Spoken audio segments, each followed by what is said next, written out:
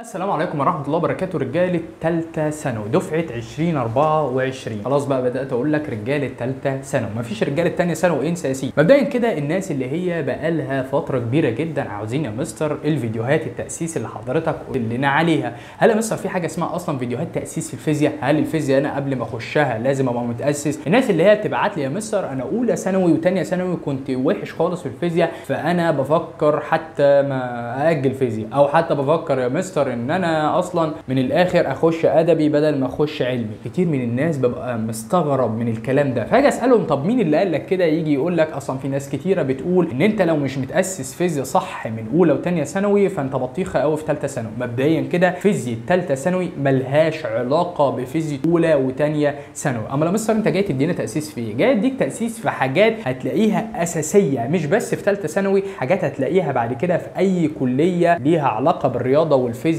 بعد كده، سواء هندسه او علوم او تربيه رياضه او وليكن علوم قسم فيزياء، الكلام ده كله يعني هتلاقي ان انت في حاجات كده ماشيه معاك زي ايه يا مستر؟ زي التحويلات، زي الميل، زي حاجات كتير جدا الناس اللي بتاعت ثالثه ثانوي اللي هي بالذات علم علوم بتبقى محتاجها علشان تحل بيها في الفيزياء، فبتقول لك انا اصلا علم علوم ماليش علاقه بالرياضه، فالموضوع ده بيبقى صعب عليا في العلاقات الرياضيه وهكذا. فانا جاي في الكورس ده اديك الحاجات دي علشان تقدر ان شاء الله تسند. طبعا مستر الكورس ده كان نازل امتى؟ الكورس ده كان نازل السنه اللي فاتت. صراحه كان كل هدفي ان الكورس ده على الاقل يوصل ل 10000 شخص عشان احس ان انا فدت الناس بشكل كبير، لكن الكورس ده بفضل الله وصل ل 90000 شخص. هل يا مستر انت هتغير الكورس ده؟ لا مش هغير. اما انت يا مستر هتعمل ايه؟ هعمل لك فيديو عليهم في حاجات زياده عن الثلاث فيديوهات اللي فيهم كورس التاسيس في الفيزياء والرياضه. ايه ده يا مستر؟ يعني انت هتعمل كورس السنه دي؟ هعمل لك كورس السنه دي بس فيديو واحد. هعمل لك فيه ايه؟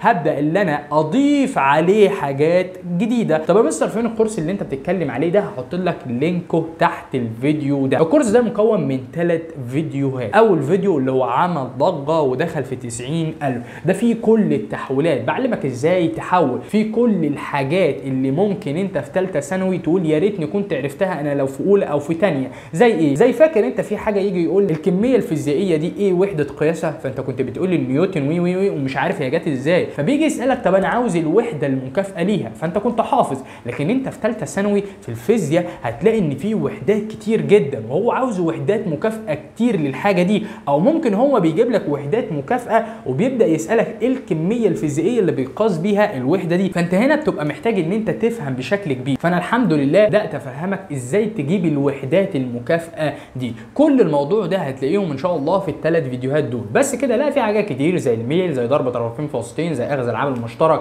حاجات كتير جدا زي موضوع العلامه العشريه، عشان في ناس كتيره بتطلع نواتج بس بتلاقي ان هي مضروبه في 10 اس موجب او 10 اس سالب فبتبقاش فاهمه. ففي حاجات كتيره جدا في الثلاث فيديوهات دول هيقدروا ان شاء الله ياسسوك كويس جدا علشان تبقى جاهز في الفيزياء او جاهز في الرياضه بفضل الله. الكورس ده هحط لك تاني لينكه تحت الفيديو ده. عاوزك تشير الفيديو ده لكل زمايلك وسبسكرايب للقناه لو انت اول مره تشوفنا، ولايك على الفيديو ده، وما تنساش ان احنا ان شاء الله هنبدا معاك في الفيزياء في ثالثه ثانوي السنه دي. ففي واحد عارفني ومتابعنا، انا عارفه الناس اللي حابه تتابعنا، هحط لك رقم الواتس بتاعي تحت، تبعت لي اسمك اسجلك وتسجلني وتشوف الستوري بتاعنا. ففي واحد يقول لي يا مستر انت رايح الجيش في شهر 10 فمش هتتابعنا. لا ان شاء الله في الفتره اللي هي قبل شهر 10 دي هصور لك كده جزء ان شاء الله يكفي فتره غيابي، جزء في منهج ثالثه ثانوي ان شاء الله، وهخلي حد ينزله لك ان شاء الله على القناه فري لكل الناس بتاعه ثالثه ثانوي. اتمنى ان انت تشير القناه دي لكل زمايلك عشان نقرب من حلم ال 100000 مشترك. سلام عليكم.